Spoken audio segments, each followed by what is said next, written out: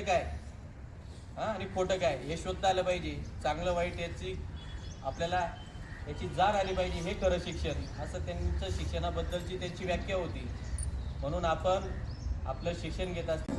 ज्योती क्रांती बाजनांचा तशी क्रांती ज्योत साऊ त्यांनी लाविले रोप आम्ही नभाला भिडवू साऊ क्रांतीची गवेल